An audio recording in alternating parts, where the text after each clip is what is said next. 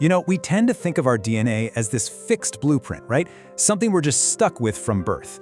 But what if I told you that your daily life, what you eat, how you sleep, the stress you manage, is constantly writing notes in the margins of that blueprint? Well, today, we're going to explore that exact conversation, the incredible story of how your choices are literally speaking to your gene. So let's start with a classic puzzle. Think about this for a second. You have identical twins. They share the exact same DNA, the same genetic blueprint. And yet, as they get older, one might develop an autoimmune disease while the other stays completely healthy. How on earth is that possible if their genes are identical? It's a fantastic question, and it gets right to the heart of this whole topic. Well, the answer isn't in the letters of their genetic code. It's in how that code is being read. It turns out there's this dynamic, responsive layer of information sitting right on top of our genes, kind of like software running on the hardware of our DNA. And that incredible world? That's called epigenetics. So what exactly is this layer of control? To really get a handle on it, let's use a simple but really powerful analogy. I want you to think of all your DNA as a giant family cookbook. Now, here's the more formal definition. Epigenetics is the study of changes in how our genes work that can be passed on to new cells, and this is the important part, they don't actually change the DNA sequence itself. The key thing to get here is that the letters in our genetic cookbook, they aren't being rewritten. Something else is going on. And this slide just lays it out perfectly. On the one side, you have your genes. That's the cookbook. It's got every single recipe your body could ever possibly need, and the text is fixed. But on the other side, you have your epigenome. And these are like the sticky notes and the highlights that a chef scribbles in the margins. And that chef? That's you, and your life, and your environment. These notes are saying things like, hey, make this recipe more often, or use a little less of that ingredient, or maybe, let's just ignore this recipe for now. They don't change the recipe itself, but they absolutely change the final dish. So how does the body actually write these notes? Well, one of the main ways is through a process called DNA methylation. The easiest way to think about this is like putting a little chemical mute button right onto a gene. When that little mark is there, it basically tells your body's machinery to just skip over that recipe, effectively silencing it. Another really cool mechanism has to do with the proteins your DNA is wrapped around. They're called histones. Epigenetic marks can actually change how tightly or loosely that DNA is wound up. So if it's wound super tightly, the recipe is hidden and it's hard to read. The volume is turned way down. But if it's unwound and loose, the recipe is easy to access. The volume gets turned way up. It's just this incredibly elegant system of control. All right, so we've got these mute buttons and volume dials controlling our genetic cookbook. That's super interesting, but what does it actually do? How does all this translate into our real, everyday health? Let's take a look at how these epigenetic marks are shaping our bodies and how we feel. What's just mind-blowing is how far-reaching this is. I mean, epigenetics isn't some tiny little sideshow in our biology, it's a major director. It's constantly shaping how active our genes are in pretty much every core system you can think of. Your inflammation levels, your immune system, your metabolism. These little margin notes are running the show behind the scenes. And you know, this goes way deeper than just being sick or well. It's absolutely fundamental to how we're built from the ground up.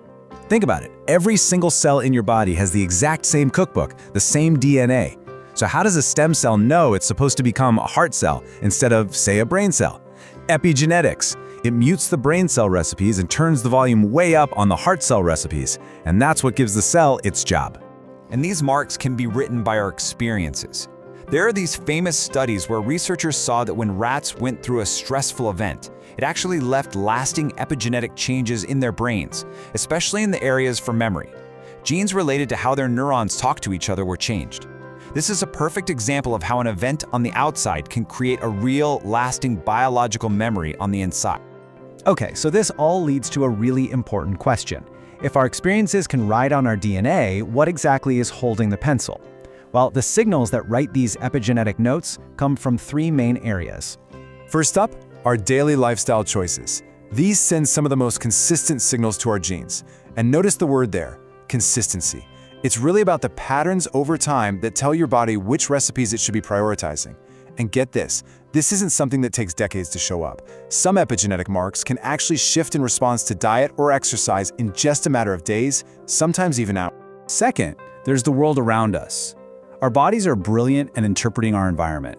The air we breathe, the products we use, the water we drink, all of these things contain information that our epigenome listens and responds to. Now, this isn't about being afraid of the world, it's just about being aware of all the inputs our bodies are constantly managing for us.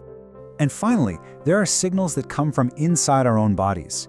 Your gut microbiome, for example, is like this huge chemical factory, and it's constantly producing compounds that can directly influence your epigenome.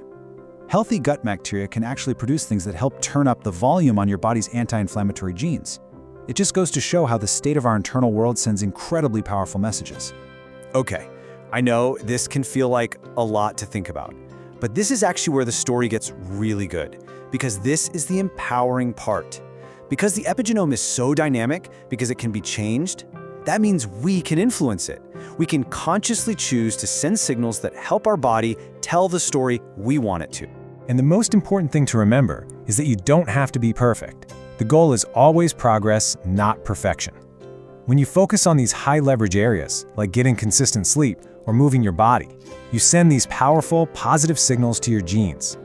It's all about finding small, sustainable things you can do that help your body do what it already does best, adapt and thrive. So as we bring this all home, I really want to leave you with a completely new way to think about your health and your genes. There's this great saying that just sums it all up so perfectly. Your genes might create certain predispositions. They load the gun, but they very, very rarely determine your destiny. It's the accumulation of all those lifestyle and environmental signals throughout your life that's what ultimately pulls the trigger. And that's the real beauty of this whole system. Your epigenome isn't some scorecard of good choices and bad choices. It's a beautiful, dynamic record of how your body has adapted to your unique life. It's a story of where you've been, the challenges you faced, and the resources you've had. It's really a mechanism for resilience. And that leaves us with one final, and I think really empowering question. Knowing that you're in this constant conversation with your genes, what messages do you want to send? What story are you helping your body to write? Starting today.